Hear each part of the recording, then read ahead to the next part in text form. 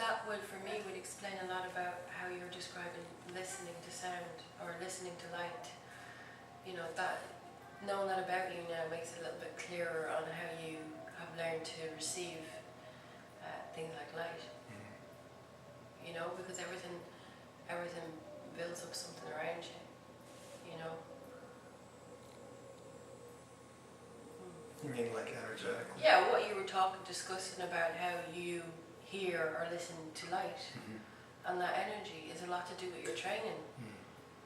Because you've learned how to listen to your body in relation to time, but it's still an act of listening to your body. You're still going inside yourself, but you're doing two things. You're outside and you're inside at the same time, and action is merging them and making it come together to form performance. Right.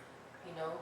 So that's kind of interesting for me, because I was confused about listening to light and it carrying sound and things like that.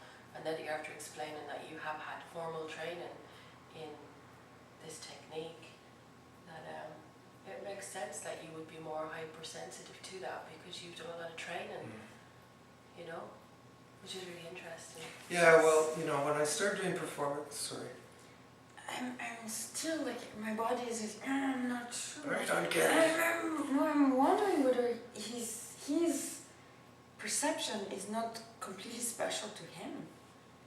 Oh yeah. Or a few Well, that's people partly true, that 'cause we could not train to. Because Grotowski would never to talk say. about listening to light like that.